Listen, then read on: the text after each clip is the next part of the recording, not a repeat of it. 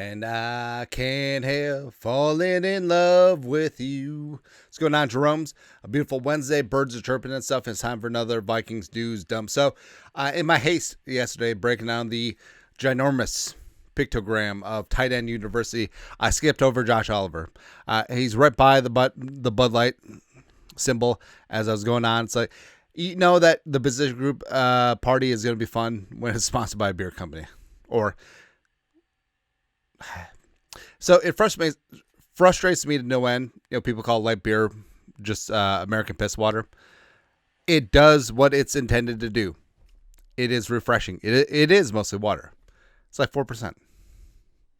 It's no problem. But Hawkinson clocked in, dialed in at tight end U. You'll be good to go.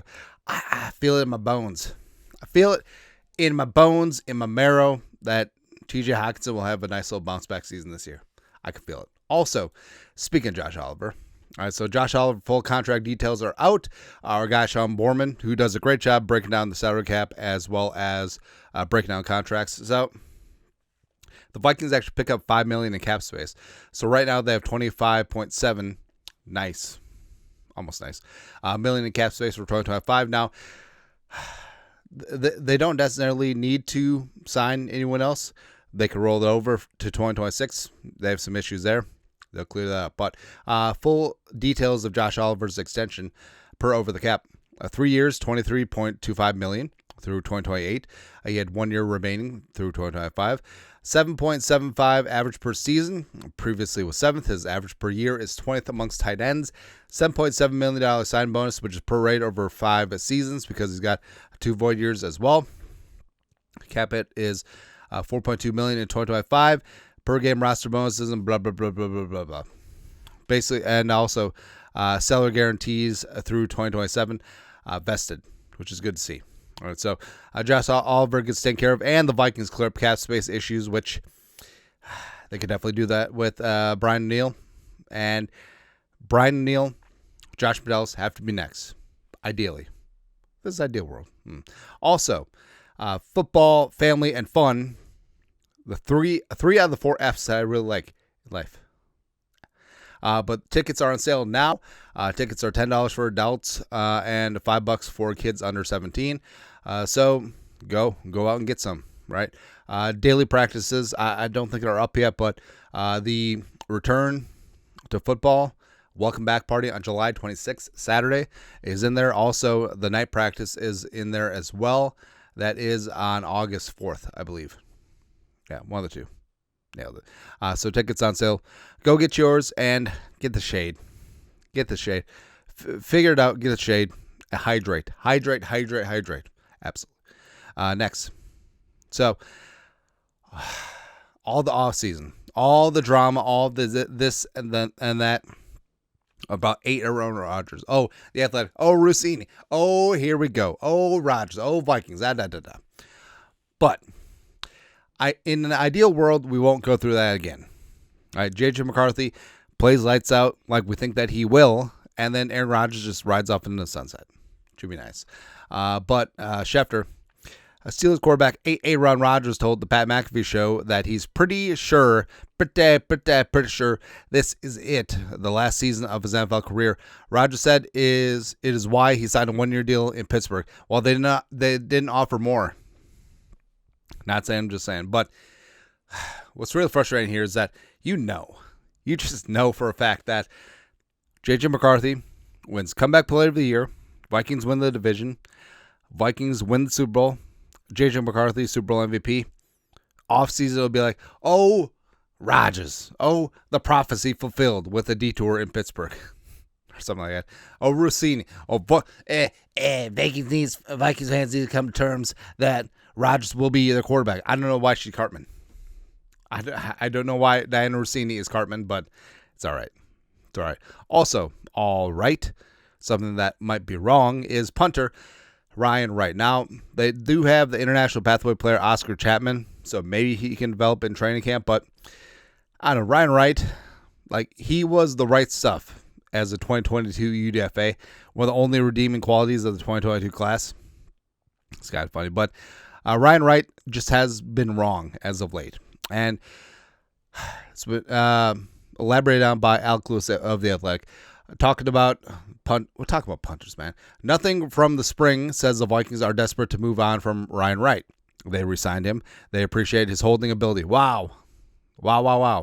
Especially his coordinator, Matt Daniels, also values continuity in his room.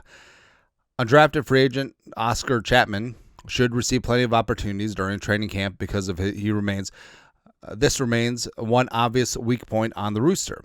Minnesota ranked 30th in special teams DVOA in 2022, 30th in 2023, and 27th in 2024.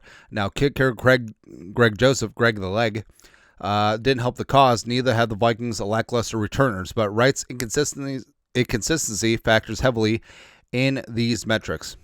So, basically, they're holding on to Ryan Wright because Coach Hat doesn't like change, and he's good at holding, which, I don't know. And did have competition last year. Brought in Seth Furman, and all the leg in the world, didn't have touch, right? And I don't know. I feel like Ryan Wright, it really has been hot and cold with him. Like 22 was hot, 23 not so much, 24 was okay. But I think that we can do better than an international pathway player. Now, what's nice is that Chapman doesn't count against the 90-man or the 53-man roster or the practice squad, right? So I think the Vikings will hang on to him no matter what, sort of like the tight end whose name escapes me from last year. He's Chilean. Yeah. 31 punters have booted the ball at least 100 times since 2022. Rank Wright's last in percentage of punts down inside the 10-yard line. Dead last.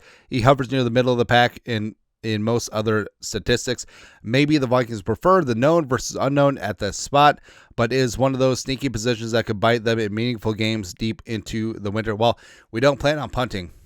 It's like when the Bears drafted the Iowa punter when the fourth round, Caleb Williams like, we're not going to be punting much.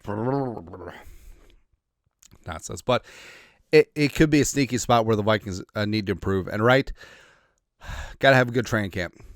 Honestly, or could lose a gerb to either an outside hire, like what's Marquette King doing, or Oscar Chapman, the Aussie. Oi.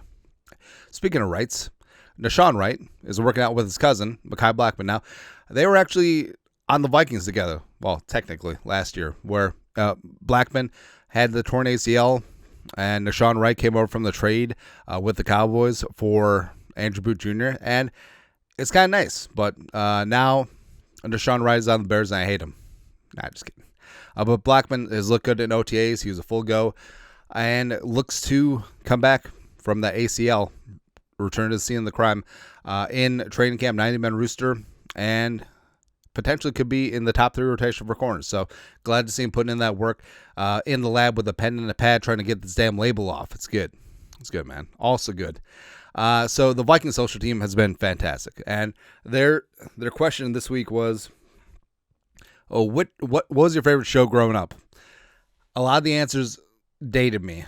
A lot of Phineas and Ferb, which I don't even know. But J.J. McCarthy, Looney Tunes. You know that McCarthy did study on this. It's like, what is the most wholesome, inoffensive, universally accepted show out there? Looney Tunes. Donovan Jackson, The Office. Number 1, The Office is a great show. Number 2, he said he's watched it through 15 times. Those are rookie numbers. You got to bump that up. I have it on loop. In fact, it's on right now. It's I've been through a Mo Rocca Christmas. A Mo Rocca Christmas. It's good. It's fantastic. And then also, you know that there are some players that, we didn't watch TV growing up. Brosman was like that, but also Bo Richter was allowed to watch TV. Okay, I get it. And Levi Drake Rodriguez, he loved Friends. You could have given me 1,000 guesses. I would never come up with Friends with LDR. I mean, it's a weird show to be hooked on, right? Mainly because it's not good. and I will fight. Hey, LDR, I will fight you. No, probably not. All right, you win.